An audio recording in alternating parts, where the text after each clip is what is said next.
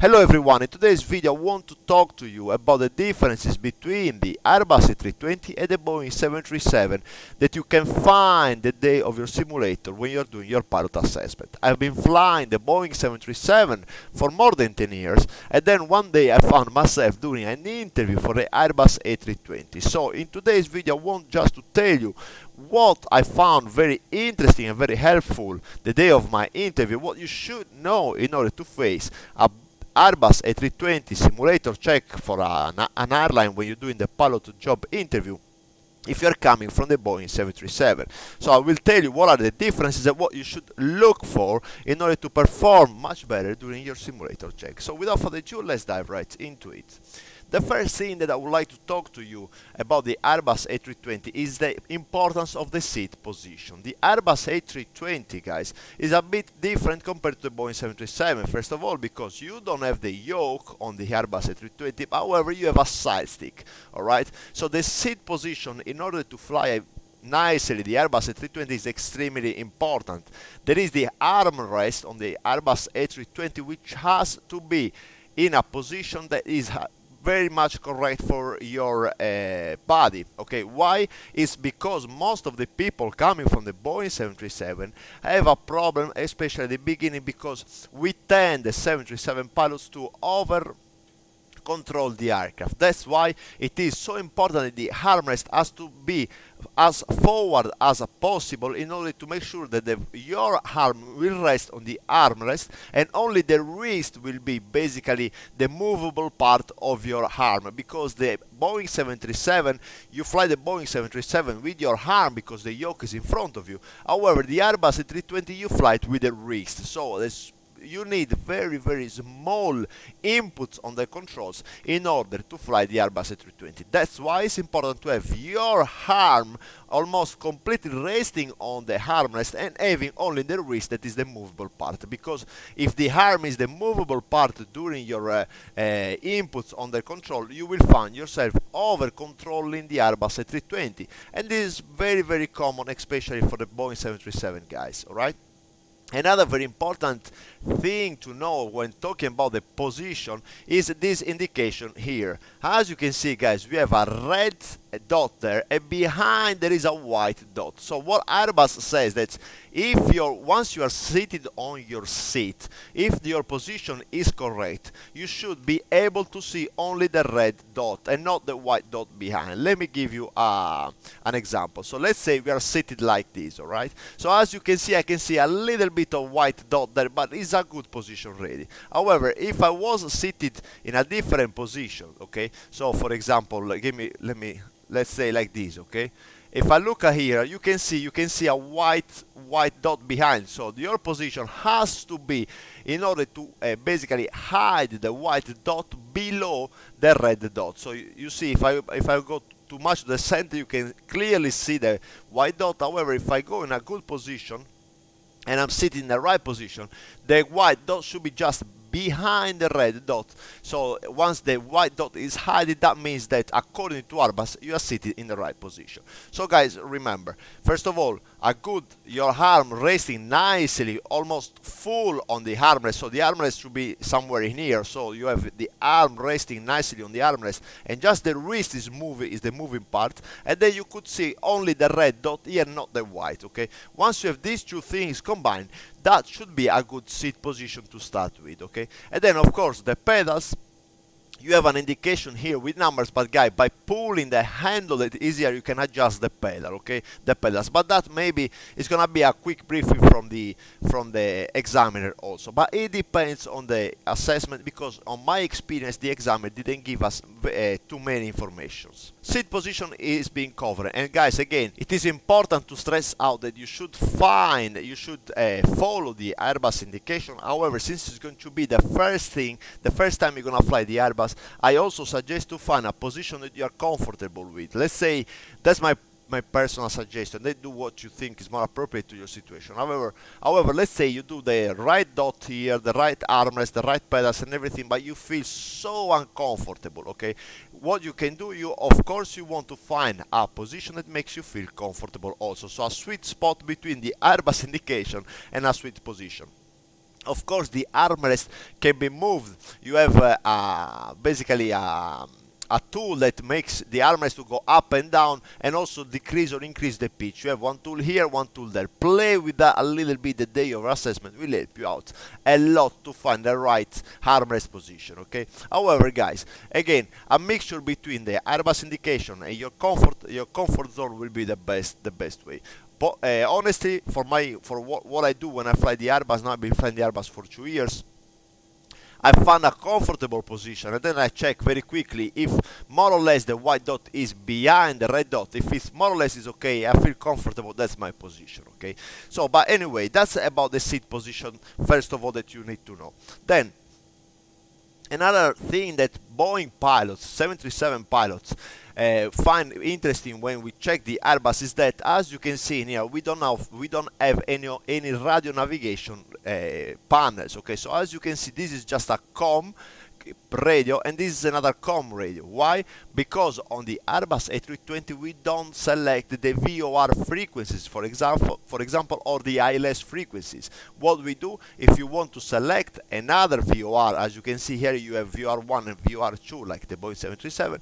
There is a button here on the FMGC where it says Rad Nav. So you click on that, and then it's gonna tell you which Rad Nav is selected there. So VOR1 and VOR2, 111.4, that's the radio nav. If you would like to select a different radio nav, you simply insert either the frequency or the indication or the identification of the VOR. So let's say today we are in a Roma Fiumicino airport and there is a VOR called Oscar Sierra Tango Ostia. So what you can do, you can either write down Oscar Sierra Tango and put it in there, and as you can see, it's gonna tell you, okay, Oscar Sierra Tango is selected, and that's the frequency of the VOR. And the M, small m there, means manual, means that you actually selected Oscar Sierra Tango manually. Okay, you can do, if you, let's say you don't remember the identification but you remember the frequency, you can put 114.9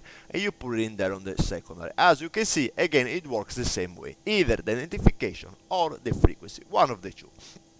Also, you can do this but in order to change the ADF frequency. If, however, you don't do anything, the aircraft automatically will select the VOR that makes more sense for him, okay, for the FMGC. Alright, here it says LS, landing system. We don't select the ILS frequencies in here because once you select the procedure on the FMGC, will automatically tune the LSs with the courses and everything. As you can see, there is no course selector as per the Boeing 737.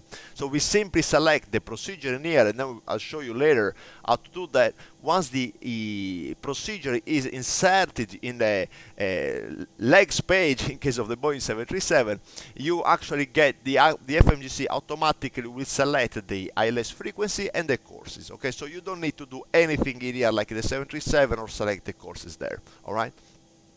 So this is particularly important. Once you have a VOR selected, okay, let's go back to the Oscar Sierra Tango. It basically works the same way as the 737. As you can see, that's the RMI, okay? And if you would like to use a ROSE nav selection, you can just simply from here go to nav, okay? And you have that one, you have the RMI, okay? One line means that's the radio number 1, as you can see there, and then another. Let me find another VOR. So for example, Tarquinia Tango Alpha Quebec. I've got the chart for Fiumicino in front of me, okay? So if you put Tarquinia there, it says Tango Alpha Quebec, and it says manual. Perfect. Now let's see if it works, because maybe the simulator also is not really precise. So it looks like it doesn't take the Tarquinia VOR for the moment. So let me see. Campagnano, Charlie Mike Papa. So if I select Charlie Mike Papa, oops, sorry, Charlie Mike Papa there, let me see. Yeah, I want that 114 decimal. No, I took the wrong Charlie Mike Papa. So if I select Charlie Mike Papa there we go. So I take the first one, which is the closest one. So it says Charlie Mike Papa, that's fine. And it should give me now Charlie Mike Papa the VOR there. Let me see, let's give it some time. So I don't know if it's on the ground, the simulator doesn't really take that, doesn't work, it's outside the range, but in the real aircraft it should work. Okay, so let's go Oscar Sierra Tango again, which looks like it's the only one that is working at the moment. Yeah, you see, once you select a good frequency for a good viewer, the rad nav number 2 has got 2 lines and is also indicated in here. This M and M manual means that we selected that, okay? So I can clear that, and that's it. So now we have one is manually selected by us, and the other one will work automatically from the FMGC. All right, so good. And then of course after takeoff, guys, you can use basically this one as a normal RMI, so you don't need to do anything, simply just follow QD-MICE, QD-ROMEO, and so on. All right, good. So then another very important thing that you need to know in order to fly the Airbus A320 and understand what's going on, okay, a big difference compared to the 737, guys, are the takeoff speeds. Okay, the Airbus A320, here you can see the flaps. Flaps on this A320 are much easier and less compared to the Boeing 737. So as you can see, the 320 has got a flap 0, 1, 2, 3, and full. Okay, so these are the only flap configuration that we've got on the 320. On the Boeing 737, as you are very aware, you have flap 0, 1, 2, 5, 10, 15, 25, 30, 40. So it's a lot more stuff to do, a lot more flap settings. However, on the 320, you simply have 0, 1, 2, 3, and full. Usually 99.9% of the time, the takeoff flap setting for the Airbus A320 is the flap 1. So that's the flap setting that we usually use. So flap 1 for takeoff. The flap indicator are indicated in here. So you have slats and flaps indication. It's not like the 737. You've got this one is indicated here digitally, and as you can see, the slats are extended and the flaps are also extended. 1 plus flap, so slat 1 plus flap 1. Okay, good. Now once we've got these, the flaps are out, what I want to talk to you is that in order to know when to retract the flaps for takeoff, the Airbus A320 doesn't have the number on the airspeed indicator of the PFD like the 737. I mean, the airspeed is still in number, but the speed at which you should retract the flaps is not a number of the flap. Okay, so you will not see flap 5 speed, you will see a letter. These letters are F, S, and O, 0 basically. So O means clean, is your up speed of the 737, and S is the flap 1 minimum speed, so the slat retraction. So once the speed during takeoff, and I'll make sure that this is clear during takeoff, we're gonna stop the sim and talk about this, but during takeoff, once you start the acceleration for flap retraction, you cannot retract the flap to 0 until the speed is above S speed. Okay, so don't wait for a number because you will not have any number there. Okay, so let's say for example today the speed are 1 to 5. I'm just guessing speeds, okay guys, so don't it's not about performance calculation, it's just about to show you how can you fly this aircraft, okay, for your interview. Most probably 99% all of these things will be done by the examiner. As you can see, the speed, you can see them in here, okay, 25 and 30, similar to the 737. Now we have takeoff, you have flap 1, all right, and then we're gonna take off with full toga. Okay, so the flex to temperature, flex takeoff temperature is the assumed temperature of the 737. So if you would like to use a flex temp, you need to introduce the flex temp in there. Okay, however, if you would like to use toga, you need to delete the flex temp. I don't know why it doesn't go now, but in real life that should delete the assumed temperature, okay, from the 737 or the flex. Now, one important thing to understand and know is that also on the takeoff performance page, you have the thrust reduction and acceleration and engine out acceleration. These numbers are the ones that will actually, the autopilot will help you out. The FMA will tell you when to pitch down, when to change the thrust setting, and so on and so on. So you need to select the right thrust reduction and acceleration altitude in there, which is pretty similar to the 737. However, most probably the examiner will do that for you. All right. Now, Is it clear? Hope is it clear? It is clear how the flap speed. But later on, after the rotation, I will freeze the simulator, and I'll talk to about, and I will tell you what to look before retracting the flaps. Now, another very important thing before the takeoff is this big thing called AutoThrust or thrust of the Airbus. Okay, it's completely different compared to the 737. However, it's pretty easy to manage. Okay, so these are the trim wheels. Okay, another important thing of the Airbus is that on your side stick you don't have any trim, so you don't use trim on the Airbus because it's a fly-by-wire that will auto trim itself. Okay, so once, let's say, you want to have a 5 degrees pitch for climb, you set 5 degrees pitch, you let the side stick go, and the aircraft will stay at 5 degrees perfectly and auto trim. This is particularly helpful and important during your approach, because if you are flying at 3 degrees ILS, you select 3 degrees, basically the vertical speed for 3 degrees with the correct pitch, you let the side stick go, and the aircraft will fly that specific 3 degrees glide slope. Okay, you don't have to constantly change trim depending on the phase of the flight. Also, during accelerations or deceleration, if you put full thrust in order to accelerate from, let's say, 220 knots to 300 knots, you don't have to trim the aircraft like the 737, because that aircraft will actually, because the Airbus will trim itself automatically. It's extremely important. These trim wheels are used usually in order to select the right trim for takeoff. Okay, so as you can see here, you have the trim for takeoff. When you calculate the performance, you set the trim, but this is gonna be done automatically by your examiner most probably. Okay, now, very important, guys, the thrust levers. The thrust levers, as you can see, has a different settings. Okay, so if we start now, here there is the indication. Oops, sorry. So there is the indication here. Alright, so here we go. So the indication here, the white indication, is telling you where is the thrust, which is the position of the thrust. From 0 to climb is basically like the Boeing 737 AutoThrust. Okay, sorry, the Boeing 737 throttle. So when you use the thrust levers in this position, so like this, for example, you are using the thrust lever like the 737. Without AutoThrust, you're using the thrust levers like a Cessna. Okay, manual thrust, you have this range to move in order to accelerate or decelerate. The difference compared to the 737 is that this range of manual thrust is very small compared to the Boeing 737. So for a small change on the thrust lever position, a big N1 change will happen. So you need to be very careful when you move in the thrust, the thrust on manual thrust. Okay, you don't use the manual thrust as the 73 that you do a certain movement in order to get a specific N1 change. On the Airbus, you really need to do small movement, because if you use large movement, the N1 will increase or decrease rapidly and in a big way, and we will make destabilize your aircraft. That's why, as I said before, it's one of the biggest risks for a 737 pilots flying the Airbus 320 for the first time is over controlling, either using too much of side stick or using too much of thrust. Okay, because you're changing the thrust lever in a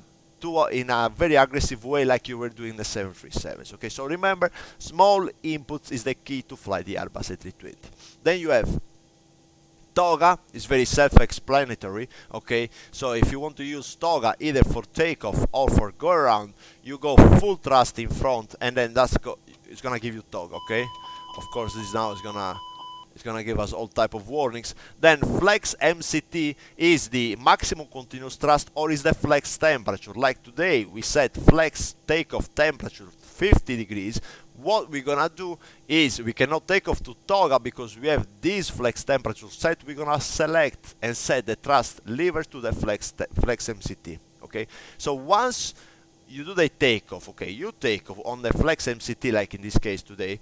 Once you arrive at a thrust reduction acceleration 15-20, indicating the FMGC, we will gonna select the thrust lever from flex MCT to climb. Okay, and then if you have the auto thrust engaged, what we do as an Airbus pilot, we don't touch the auto thrust for basically the wall flights. What we do, we leave in climb from the thrust reduction and acceleration altitude all the way down almost to the touchdown when the aircraft is gonna tell us retard, retard, okay? But on the simulator assessment on the Airbus A320, most probably the examiner will tell you to disconnect the auto thrust and fly the thrust manually using manual thrust. Remember, small input. So this is all about automatic thrust, toga, MCT, and climb, and this is manual thrust setting, and these are the reversals, okay? I'm sure you will not be tested about the use of reversals. However, the reversals of the 320 are slightly different compared to the Boeing 737 because you need to put your fingers there and then basically raise the thrust reverses. Okay, so with your finger you take these two levers and you raise them up, and then the thrust levers can go all the way down. You have full reverse if you go all the way back with your thrust levers, or you either use full or you use idle reverse, one of the two. Alright, but that's not very important for your pilot job interview simulator, okay? Good. So now we talk about the thrust levers. It's very easy. Here you have the flaps. That's most why you will need them for your interview. That's the rudder trim. Is very similar to the 737. And these are the speed brakes. Okay, speed brakes half and full, but most probably for your interview you will not use speed brakes at all. Parking brake is here, and then there is another very important thing that as a Boeing pilot you're not very used to it, is the ECAM. Okay, the ECAM basically will help you out throughout your flight. It's gonna give you either normal checklist situations, like in this case takeoff. It's gonna tell you what you need in order to have a takeoff, and the problem with the ECAM, you need to have everything green. If everything is green, is great, and the ECAM is basically connected to the switches of the Airbus A320. So let's say takeoff, auto brake, max, but this will be done by your examiner, but just want to give you a quick review about this ECAM in order to make you feel comfortable and familiar with. Okay, so auto brake max, you go here, auto brake, you go max, and as you can see, as soon as you push max, it's gonna tell to the ECAM, listen, the auto brake is in max position, so it's good. Cabin check, okay, means that it has to be ready. In the simulator basically you do like this, if I'm not wrong. Here we go, yes, but this is gonna be done by your by the cabin crew anyway. Then spoilers armed, which are armed. You arm the spoilers on the 320 like this, you pull them, okay. Then you have flaps takeoff. We have the flaps takeoff, flap 1 and flap 1 is in there, very good. Then takeoff config test. Takeoff config test is here, you simply press this button. And once you have everything green, we still have a taxi checklist that will prompt us to check the ECAM. However, these are the conditions that will make you take off. Basically, you're ready for takeoff from the aircraft perspective, okay? And also the ECAM is very important because it's gonna help you to manage the non-normal situation. You will have the problem here indicated with the maneuvers that you should do, but later after departure we're gonna do a test, okay? We're gonna try to do one ECAM situation. All right, beautiful. So now after that we talk about all of this, we select the flaps and the speeds and everything we've got in there. Let me just quickly to set some information, some departure or something there. Okay, so performance is done. Then we have, okay, flight plan. So you select, let's select, we are on the 16 left if I'm not wrong here. Let me see. So 16 left, and we take whatever departure is not really important at the moment. Let me see what departure we've got. Yeah, something like that, okay? Good. But we're gonna do some radar vectors, and then we join a holding somewhere, and then we do some procedure. So in order to select an arrival, we go destination, you see Lima India Romeo Foxtrot, we click there, and then it says arrival. We click arrival, and then in here it's gonna give you all the information about the various ILS's approach or AirNav, VR, whatever you have installed on your FMGC. Once you select this approach in there, the aircraft will automatically tune the frequencies and the courses for that specific approach. Okay. Then next phase. Then we're gonna talk about the approach page, okay, where we set in here is different compared to the 737 because you also need to set the QNH, temperature, wind, because it's gonna calculate your V up, okay, which is your V fly on the 73. You also need to select the MDA, the DA, the configuration, and so on. But we're gonna do that during flights. All right, guys. So now we can either even switch on the flight directors. Okay, here we go. So now, very important thing on this, on the Airbus A320 is the FMA. The FMA is paramount that you monitor the FMA. On the 73 it is not that important. In the 73 you basically check, but the 73 is a different philosophy. You simply make sure that the aircraft is actually flying, doing what it's supposed to do. But here the FMA is so important because you have so many computer and automatic systems that if the aircraft is not doing what it's supposed to do, the first indication is going to be here. So you want to make sure that you take corrective action if that is the case. So I'm going to switch on some lights. Fun fact is that basically all the light switches on the 320 are basically the opposite compared to the Boeing 737. So if you want to switch any lights on, you go backwards, but on the 73 you go forward. It's basically, I guess, is a war between Airbus and Boeing anyway. Another thing that is important to know is the range is very similar to the 737. You change the range from here.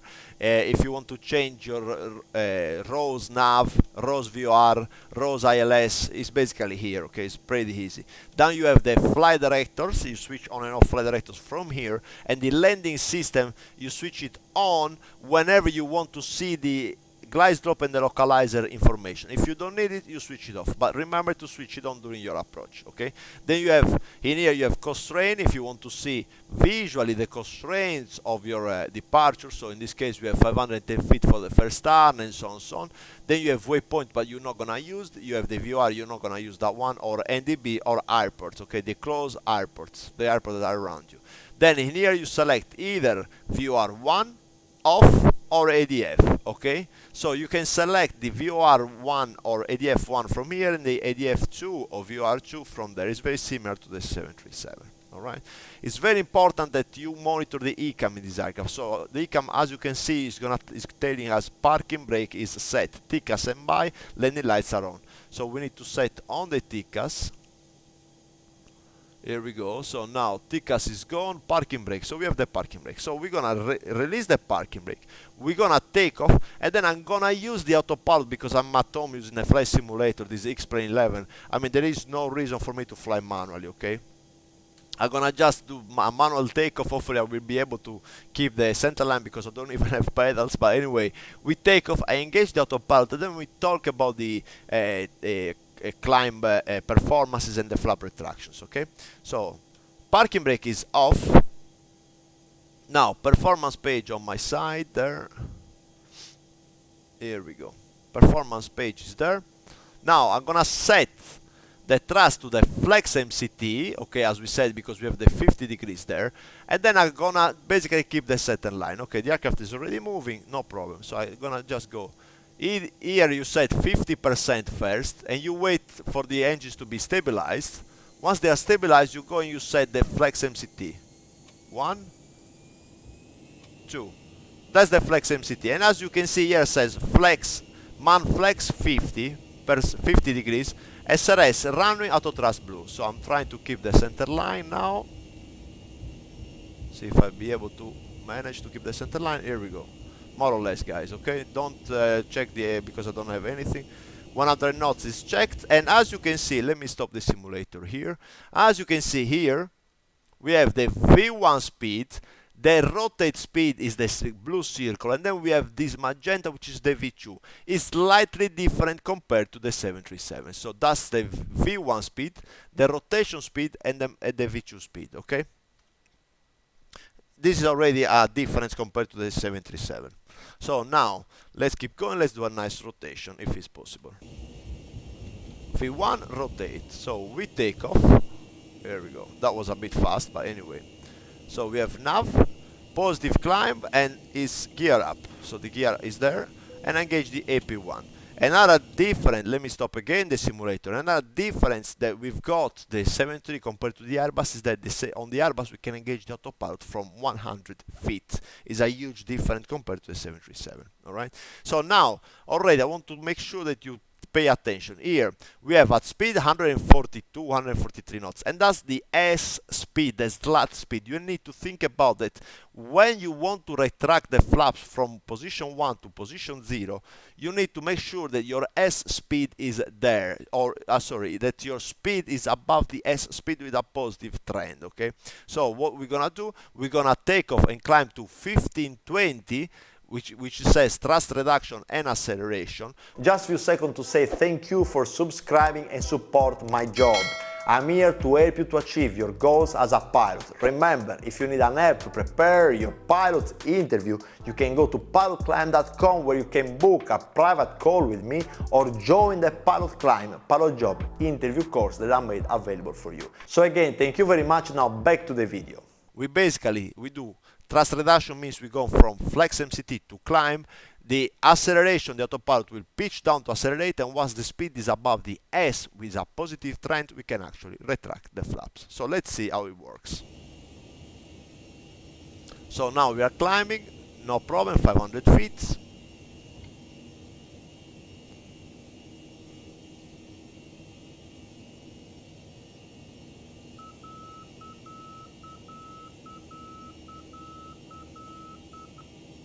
Now approaching 1500 feet, you will see that the FMA, once we've got 1520, is gonna start flashing here and telling us, it's gonna tell us climb, climb. That means that it's asking us to select the thrust, the auto thrust from flex MCT to climb. Okay.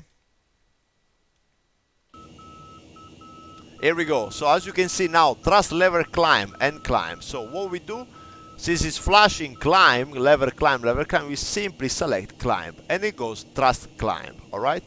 So now you look at the speed is increasing, and once the speed goes above the S speed with a positive trend, we can actually retract the flaps. So the speed is above the S with a positive trend, tack. I set flaps to 0, the flaps are retracting, and that is how you do it.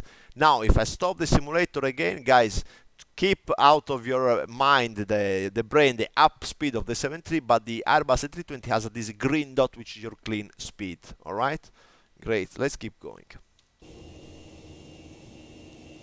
Now we are approaching 1000 to go. On the speed, I'll start. So that's why it's very important to monitor the FMA. It's telling us it's gonna fly the speed, and you have the altitude acquired of the 73. I'll start is basically.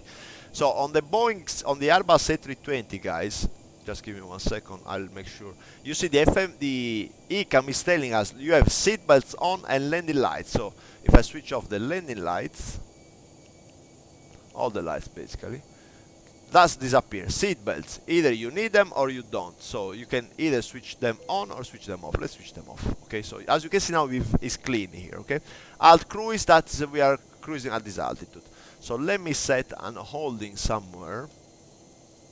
Yeah, just gonna set a holding at Nenic so we can discuss few things with no problem. Okay, if I go flight plan Nenic, then holding over Nenic, I put an inbound of 280 right turn. So it's a direct entry holding. 280 right turn, and that is in. Insert. Now we have Nenic, holding right Nenic. So we have the holding there also. Okay, so the aircraft will go there and join the holding. Now, guys, the Airbus A320 has a different autopilot. Okay, most probably you're gonna be flying manually, but very quickly, if you want to change anything, you either have take control of that specific things, or you leave that specific thing to be controlled by the aircraft. So if you want to have a different heading, for example, a different heading, you need to select the new heading by rotating the knob as the same as the 7.3, and as you can see, you have the chime indication there. Let's say heading 240, okay? But if you want, as you can see, nothing is happening because we are still in nav, so the aircraft is following the green. But if you want to change the heading and put, let's say they tell you heading 240, you need to pull the heading. So you are pulling the heading because you are taking the controls, okay? And if you want to give back the control to the aircraft and fly and follow the green, you make sure you have an intercept heading, so you change now. And as you can see, the FMA is telling you heading. you pull it back, okay. Once you are in intercept heading for that specific nav, you push, because by pushing you are telling the autopilot, I want you to fly it. So if I push now, the heading here disappears, so you have the nav and you have the green again. So that's gonna intercept this and fly to the landing point again, okay? The same is true. I can do whatever I want here, select whatever altitude I want, but if I don't do anything, okay, nothing will happen. Okay, if I want to climb using level change, so I do the climb, so you need to basically pull, and as you can see, the aircraft is gonna go thrust climb, open climb, which is basically the level change of the 737. It will start to climb again. You see, it's climbing with the climb thrust because it's telling you here also thrust climb. However, let's say we want to level off at 5,000. I said 5,000 there. There we go. Now it's engaging in vertical speed, and we have the vertical speed. The vertical speed, you change the vertical speed from here, okay? So now I set speed, vertical speed 1,000, and it's gonna level off with vertical speed of 1,000 feet, and that's what it's going to do. So, but if I want to use the VNAV for climb in case of the 737, you select the new altitude in here, then you push. You're basically, by pushing, you're telling the aircraft, okay, I want you to manage my climb. The same is true for the descent, alright? The speed is the same, so if they ask you to accelerate, here I can set 330 knots, but nothing is happening, you see? It's still magenta, but if I want to accelerate, I need to take the speed, so I will pull, and that's gonna go from magenta to shine, and it's gonna tell you 330 knots. That speed means that the autothrust will fly that speed, thrust is increasing, and so on. But if I want to leave the autopilot and the FMGC to manage my speed, I'll push, and the autopilot will take care of my speed. So now magenta, and so on, so on. Alright, that's very important to understand also. But most probably you're gonna be required to fly manually, so most probably you won't use the autopilot, but in my case they actually allow us to use the autopilot if needed, okay? And that can be handy if you're doing a non-normal situation. So now let's go back to RadNav. We said we have Ostia is manually set by us, and the other Ostia is set automatically by the FMGC. But let's say we want to use Charlie Mike Papa, which is a VOR which is close to Fiumicino. Again, I write Charlie Mike Papa there, I put in there, I tell him which one I want, and now it should work. Charlie Mike Papa 1110.4, and let's see if that works. If it picks it up or not. It should. I mean, we are close enough, and we are at 5,000 feet, so it should work. But I don't know why it is not really working. No, it is not working at the moment. I don't know why. Maybe it's not on the simulator, but anyway. Let me try Tarquinia, which is even close. Tango Alpha Quebec. You can, again, guys, remember, either use the identification or, here we go, Tarquinia looks like it is working. Yeah, here we go, Tarquinia here, Tango Alpha Quebec, and the indication there, okay? So this is, now we are flying manually, so we are actually selecting manually the VOR. Remember, if you see the M there, make sure that you continuously select the new VOR, okay?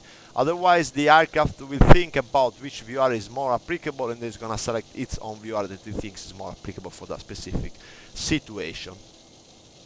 Good. So we talked about many things already, okay? Now the same things apply for the flap for the flap extension. Okay, the Airbus A320 is very it helps you a lot for the maximum flap speed. If you see here, you have these two orange lines. These two orange lines is the maximum speed for the next flap setting. So now we have flap 0, so the next flap setting will be 238 knots, okay? But I don't know why it says 238 and it says, but anyway, when you select the flaps, when you select the next flap setting, make sure that your speed is always below the two orange lines, okay? So if your speed is above the two orange lines, that's wrong. So let me give you an example. We are in flap 0 now, and that's particularly important for your approach, okay? So now I select the up speed in case of the 7.3. However, on the case of the Airbus, it's called green dot. As you can see here, this green dot is your up speed, okay? So I select the green dot, okay, or up speed, and then sorry, that's the gear. Here we go. So now we have flap 0, and I select flap 1. So now Yeah, this is out of, it's not really synchronized, but anyway, you have, you know, now we are flap 1, okay. However, our next maximum speed for flap setting is 200 knots, the two orange lines, okay. So never select the next flap setting if you are above this line. And the S speed is the maneuvering speed for the next flap setting, so this is the minimum speed.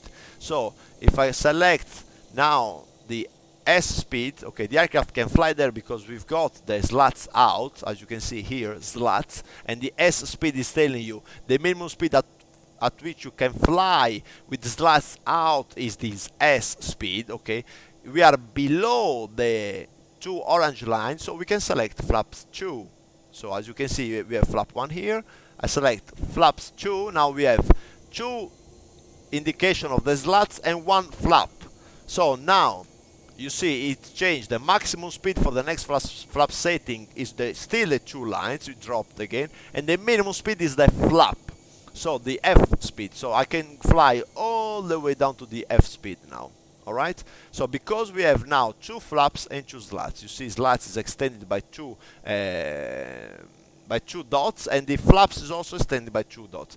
The flaps and the flaps on the Airbus is completely different compared to the 737. The flaps 2 doesn't mean that this is 2 degrees of flaps, okay? This is the flaps 2, but the flaps have multiple degrees. Like, it's not like the 737 where flap 1, flap 5 means the degrees. The Airbus flaps 2 means flaps 15, flaps 25, okay? So it's completely 15 degrees, 25 degrees. It changes depending on the model also, okay? Now, if I want to retract the flaps, I need to accelerate, okay? And once the speed is above the maneuvering speed, I can actually retract the flaps.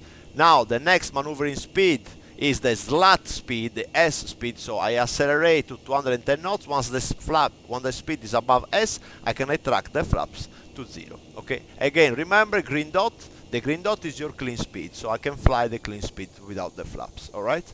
Great. So I hope this makes clear what it is important here, okay? So now I don't know why I have so beautiful weather outside, but anyway, let's keep working like this.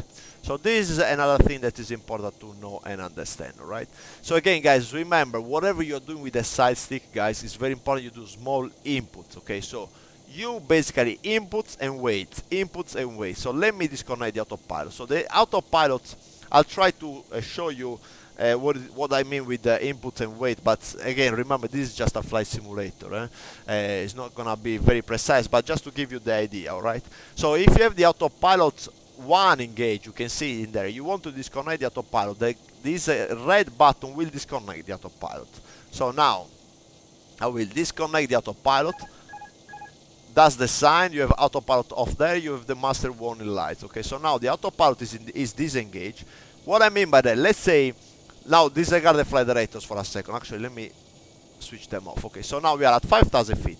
So the Airbus A320, okay, if I want to climb with 10 degrees of pitch, alright, I say 10 degrees of pitch, alright, 10 degrees, I leave it, and the aircraft will keep this 10 degrees. As you can see, I'm not doing anything on the side stick now. However, the aircraft by itself is maintaining the 10 degrees because it will auto trim itself. If I want to make a climb with 10 degrees and 20 degrees bank angle to the right, I go on the 20 degrees, so I take 20 degrees. So I'm simply pulling the side stick a little bit. I put 20 degrees and I let the side stick go. I don't do anything else, and the aircraft will magically, it trims itself to maintain 10 degrees and 20 degrees of bank angle, okay? So that's why it's so important that you don't over control the aircraft. Otherwise the aircraft will constantly auto trim itself and it will be difficult to control the aircraft, okay? So if I want to make, if I see, you see we have not really 10 degrees, but we have a little bit more. If I want to control that, I just do a small input and I let it go. With a small input and I let it go, it will go down to 10 and wait, okay? So if I want a little bit more, I just go another small input on the side stick and I let it go. Now we are basically 9 point something degrees, which is good enough, okay? So once I know, once it's fine, I just leave it, okay? If I want to level my wings again, I just wait until we've got the inbound track again, and then I'll level my wings. But anyway, guys, it's important we do small input and wait. Small input and let it go. Small input and let it go. Don't over control the aircraft, you know, like this, for example. Just small input and let it go. Small input and let it. That's how you fly the 320, because it's a very gentle, it's a different way of flying. It's very gentle, okay? And since it auto trims itself, don't maneuver the aircraft too much, okay? So now let's say I want to descend with 500 feet for minutes, okay? I'm gonna roll off, okay? So now do wing level. When I see wing level, I'll let go the side stick and it will level off. If I want to descend with 500 feet for minutes rate of descent, sorry, that's a bit too much. Let's call it 1000, okay? I simply set 1000, I'll let go the side stick and it should keep the 1000 feet for minutes. If I have 800 and I want 1000, small input and I'll let it go. 900 and should go 1000. Yeah, 1000. That's how you fly the 320. You don't over control the aircraft, okay? It's super important to understand this. If you find yourself in a situation where the aircraft is actually all over the place, you are over controlling the aircraft, what you can do, release the side stick. So if you release the side stick, the aircraft will stabilize by itself. Let's say we are like this, you know, we are flying, we are doing all of these strange movements, you know, like this, and the aircraft is all over the place. If you remove, it's gonna stabilize itself, okay? You remove, you don't touch the side stick for a second, and then you take it back. Small inputs, wings level again. Once the wings are level, I'll let it go and it's gonna stay there. If I want to level off, I pitch up a little bit and I'll let it go, and I see what is my attitude now. So my attitude is okay. Yeah, it doesn't look too bad for me, so I don't touch it. If I want to change it a little bit, small input and I'll let it go. That's how you fly the 320, and that's why it is very important to have the correct armrest position and the correct position, seat position on the 320. It's a lot more important compared to the Boeing 737, okay? So also this is very applicable to the ILS. Once you're on the ILS and you have the 3 degrees pitch down, okay, you want just to make small input. Look at the side stick. That's the maximum, the input that you are making, okay, when you're flying on the ILS. That's the kind of input you are making. You don't do like this, okay, full side stick. No, you just do small, very, very small input. You know, that's the input visually that we do on the 320 when we're flying an ILS. Of course, the wind makes a big difference if you have 35 knots crosswind compared to a wind calm.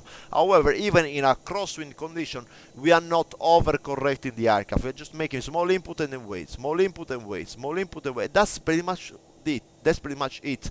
In my career flying the 320, I don't have much of experience, but I have around 1,200 hours. And you know, I have around 9,000 hours in total with 1,200 on the 320. I can say that the less you touch this aircraft, the better it is, basically. So remember this when you're flying for your interview.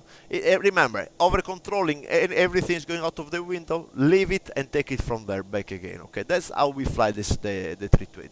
I know some people say, yeah, but this is not nice. You know, we are a pilot. We want to have multiple inputs and have big, strong people. We are pilot. Yeah. But that's not the point, okay? If you need a job and you need to fly the 320, that's how you fly the 320, alright? It's as simple as that. And I tell you, now that I've been flying the 320 for 2 years, I really like it. And it's very, very stable and pleasant aircraft to fly, okay? Once you understand how to do it. Good. So now let me engage the autopilot back again. So I put the flight directors back in. I said I want to have 1,000 feet per minute to descend to the 5,000 feet, AP1, vertical speed 1,000, and we are descending. Good. Now let me introduce an ECAM scenario, okay? So let me try to see if I remember how to do this. Should be this one, if I'm not wrong. So I put a fault scenario, add new fault. Let's say I give you something that is small. I don't want to have a big thing because then we are flying an ELS. So a blitz, let's say blitz, okay? Does it give me any blitz? No. Indicating, what is this? Let me see, com, auto fly, air conditioning. So maybe pack 1, okay? Select a time, let's give him, no, let's give me 30 seconds, okay? 20 seconds, alright? So add faults. Apply now. Good.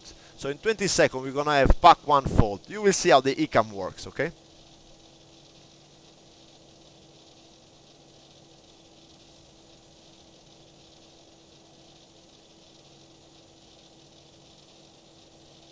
So you are flying, and then you should listen. Here we go. You see, it's completely different compared to the 320. You have a master, sorry, to the 73. You have master caution still, and then the ECAM will tell you what is the problem and what are the actions to be completed now. And you have also down here the indication about the system, where is the problem. On top of it, you have the lights on the system on the overhead, pack 1 fold. So as you can see, it's a more complete system. Okay, so for example, during my interview, they gave me a door open, a cargo door open. I had the indication here, doors, cargo door, and it says immediately descend to flight level 100 or Mea Mora, whichever is higher. Okay, so you have exactly there the indication what to do is immediately, and then you have the information of the system. So it's a big upgrade compared to the 737. So if during your interview you have a problem like that, take a few seconds to read exactly what is the problem and what to do about it. Okay, so you can basically cancel the warning. You have air, pack 1 fold, pack 1 off. So if you go here again on the overhead panel, I don't know why it's not going, so you pack 1 off. Let's see if it works. Yeah, so now it's saying that it's completed. Okay, so you can now clear by using this button there the thing, and then you have inoperative system, because then it's gonna tell you the status. What is the status of your aircraft? So if you have a failure that will actually compromise your Cat 3 or your autoland performance or whatever it is, it's gonna tell you exactly what procedure is applicable and what are your Cat 2, Cat 1 conditions of the aircraft. You have pretty much the inoperative system with the status of your aircraft. It's very, very handy. Okay, so inoperative system, pack 1, yes, is complete. That's it, done. And as you can see, you have STS there as a reminder that something is going on the aircraft. So that's how the ECAM works. Okay, now what we can do now, I'm gonna change the weather, change also the lightning, because this is a little bit too strange, and we're gonna fly an ALS approach. I will show you what to do for ALS, how to configure the aircraft, and I give you my advice in order to be nice and configured for the approach, and then I'll try to fly it manually, showing you what are the inputs on the side stick that you should use. But remember, this is just a flight simulator. I will change the lights and the weather in a second in order to have a clear weather and everything is fine, and then I will be back in a second. Alright, so now we've got better weather. We are completely in a nice weather, no winds at all, okay, because that's what we want. Okay, so for the approach, the aircraft, once you get the weather, you have the performance page here. You click performance page, here you have next phase, because this is climb, so you want to go next phase, because our target now is to prepare for the approach. Next phase, descent. Next phase is the approach one. So we need to set the QNH, which is 1013 in this case, okay. Then you want to set the temperature, which was 7, if I'm not wrong, or 15, I think. No, it was 15, was standard conditions, 15. Wind is 0, let's call it 000/0, but you insert the wind that is applicable. Transition level, we don't care too much. Then the decision height, or the minimum descent height, in this case you should have a decision altitude here also, but let's call it MDA just for the sake of this video. It's 290. That's the decision altitude of the LS Whiskey 16 left in Fiumicino. Config, landing configuration full or 3. I suggest to landing config full, because on the Airbus A320, 321 config full is better for maneuverability. Okay, the config 3 is used when you may have wind shear on the approach, because give you extra energy. However, we always, not always, but most of the time we land in config full, you get better maneuverability. Okay, so once that all of this is set, you can see that in here, this is not the case. However, let me try, because in the real aircraft we have some differences. Let me activate the approach phase. So we activate the approach phase.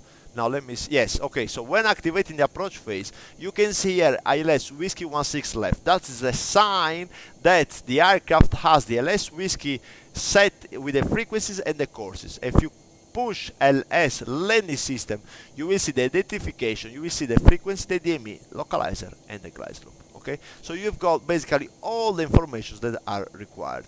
So you also make sure that you have the procedure in there. So the LS starts from Oxeru, then it goes down to the LS, to the final, and the missile approach. It's basically the same as the 320,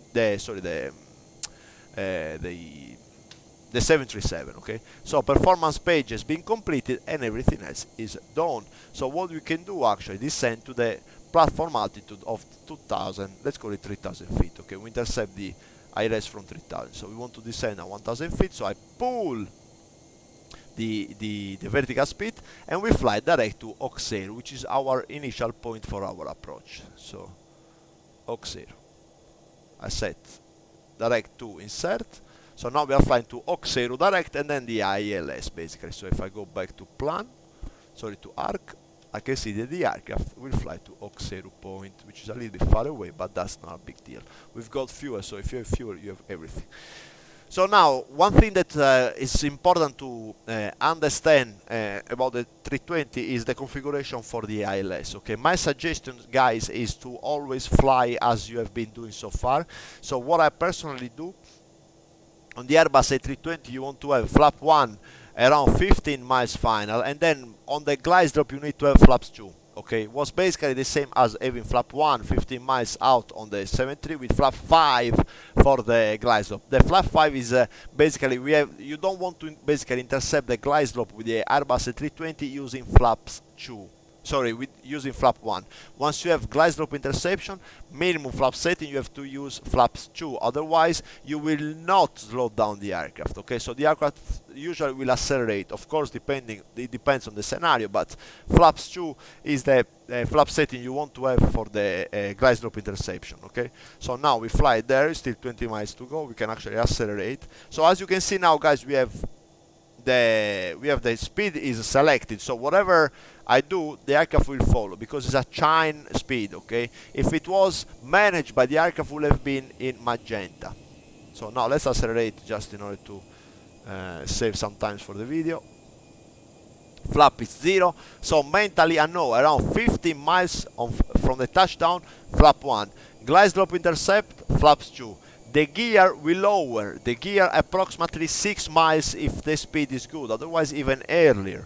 For your interview, I suggest you to extend the gear at around 7 nautical miles, 7.5 nautical miles, okay? So gear down 7.5 nautical miles, check the maximum speed for your flap, and then you say flap 3 and flap full.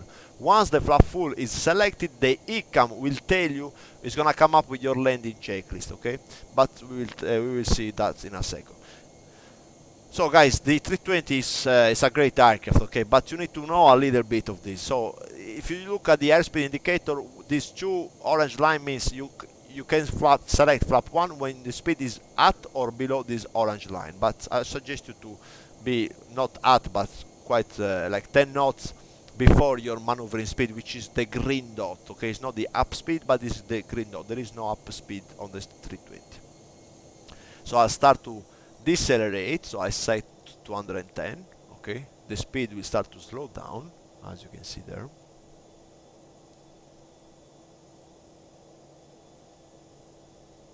And then you have the green dot here, okay? Green dot is your up speed. Then you have the MDA set here. It should be DA, not MDA, but that's just a simulator thing. Is your minimum 290 is set there. And the distance to go, you read the distance to go on the flight plan page here, 25 nautical miles. Again, remember distance to go if this is correct. If this is incorrect, that is an information that you should not use, okay?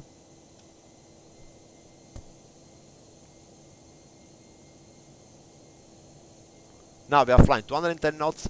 We are above the green dot and below the maximum speed, so we can actually set flap 1 if we want, okay? But we will not set flap 1 now because we are still a bit far away. I think we have some. I can actually switch off this. Yeah, it's a bit better.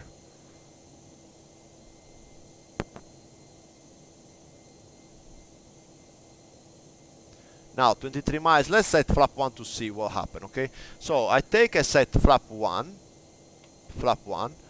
That's basically flap 1 means slat extended only, flap will stay retracted, and you can see the speed went. Now the minimum speed for slat extension, which is what we've got in here, is this one.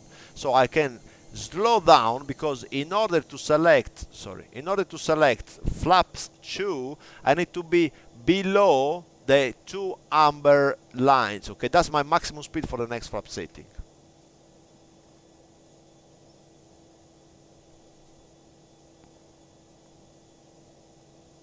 So now we have flaps 1, which is basically a slat, but it's called flap 1. Okay, we call flap 1, even though for the approach you only get the slats, but still you call it flap 1. Okay.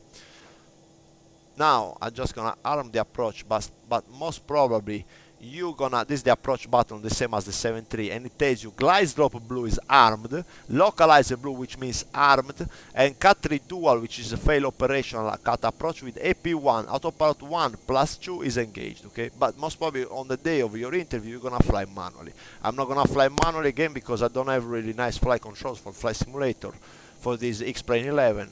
However, that's why there is no reason for me to fly manually this. Once we are on the glide drop and everything, I will disconnect a fly manual in order to show you what are the inputs I make in order to fly this ILS. Okay, again, remember, small inputs, otherwise you're gonna over control the aircraft. Okay, so input release, that's how you fly the 320. Okay, you don't go, because then you don't have to trim it, it will trim itself. Of course, if you need to select any auto brake, you have it in here, low, medium. However, this is gonna be done by your examiner, that's for sure. Okay.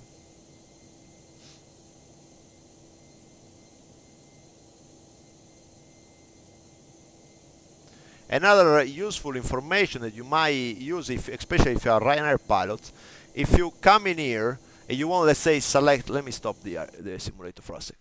Let's say, because in Ryanair you use these rings, that if you don't have the rings you cannot fly the plane, basically. So the rings are basically, in Ryanair we set ring of 10 miles from the touchdown and 4 miles, okay? But since they are in the Airbus, we usually select the landing gear at 6 miles. Let's say we want to select the rings 10 miles and the ring 6 miles as a reminder for configuration. So how can you do that? You go on the flight plan page, you go on the top left, let me see, you go on the top left, and then you go fix info, and then you set Lima, India, Romeo, Foxtrot 16 left. So hopefully it will work. Yes, and then you have the radius here, so 10 DME for example. 10. And with that one, it's gonna give you the ring, because some of the guys, they use this. If you want another ring, next page, again, you do the same, alright? Beautiful. So now, you see we have the glide slope is alive. Okay, we are on S speed. Okay, if I manage the speed will go down automatically to the V fly in this case, but the 320 has a V approach speed. Okay, it's called your V fly of the 7.3 is called V approach on the 320. So now it's gonna intercept the localizer just before the glide stop. I will take it easy because I mean it's a simulator. So I'm gonna select flaps 2. Flaps 2 we have, flaps 2, and then we are going to slow down to the F speed. And this is the next flap, maximum flap speed for the next flap setting. Okay. All right. Now let's see. Now it should intercept the localizer and the glide slope. I'm gonna switch on some lights, otherwise I will not. Here we go.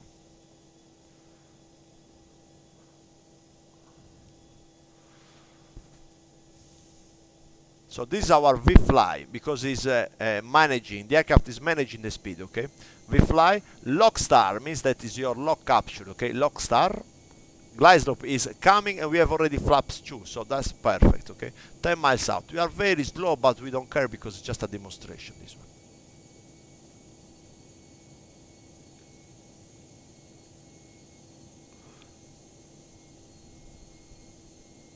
Glide slope star. Okay, so now it's gonna intercept the glide slope and fly down.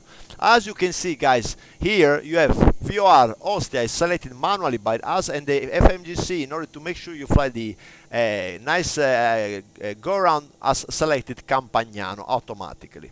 It's a good feature. So missile approach altitude 2000 has been set. 9 miles, everything is done.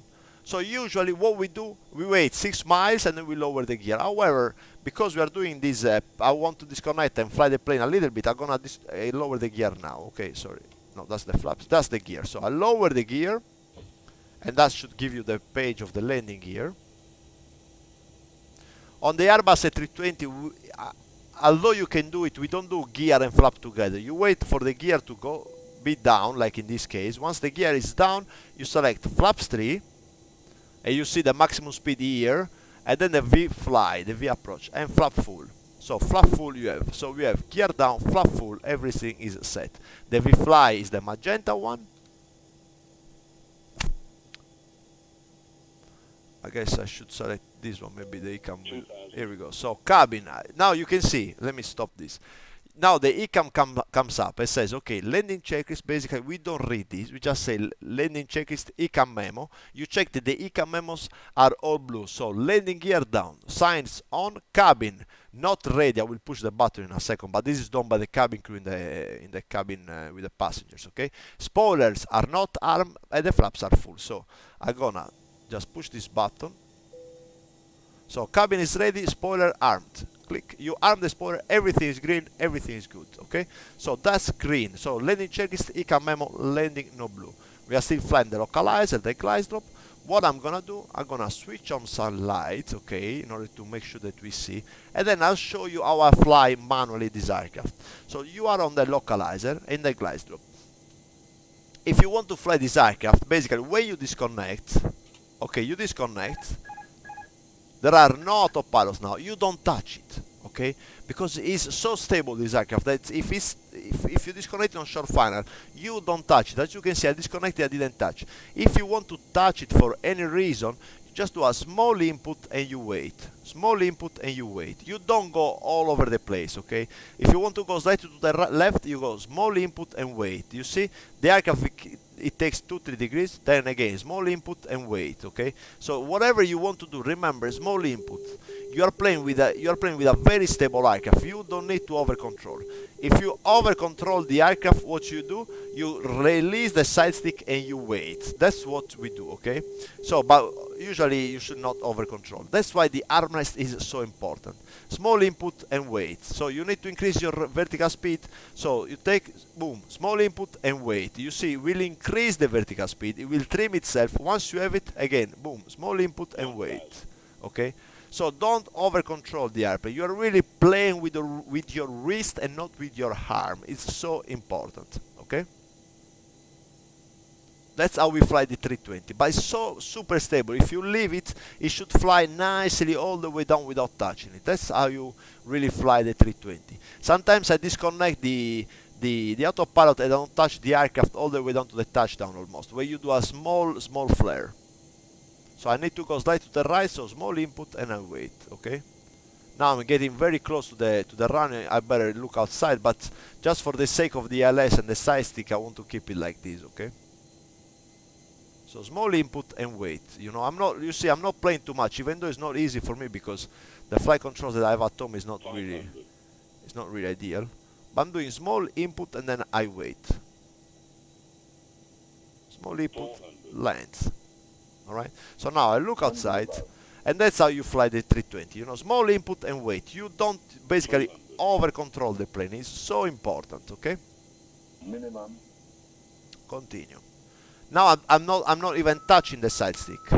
If I want to correct these 3 red, I just small input and wait. Two reds, I pitch down again a little bit.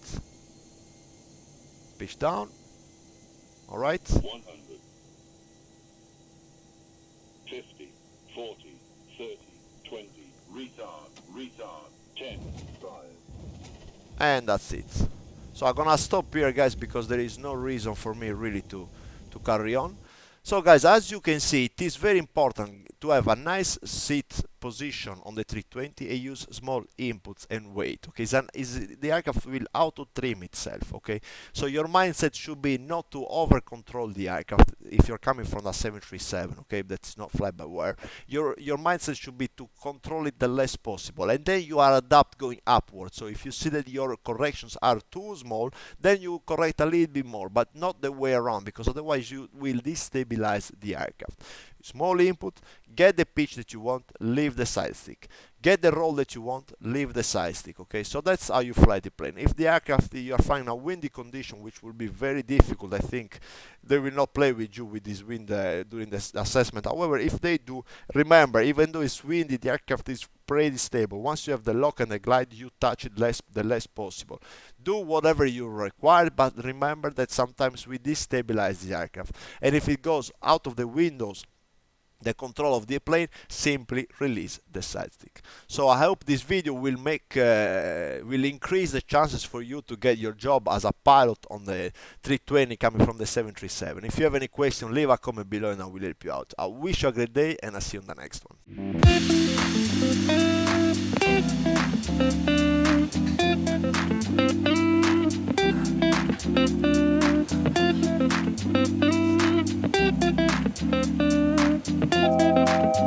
Check, we can set to 70 please.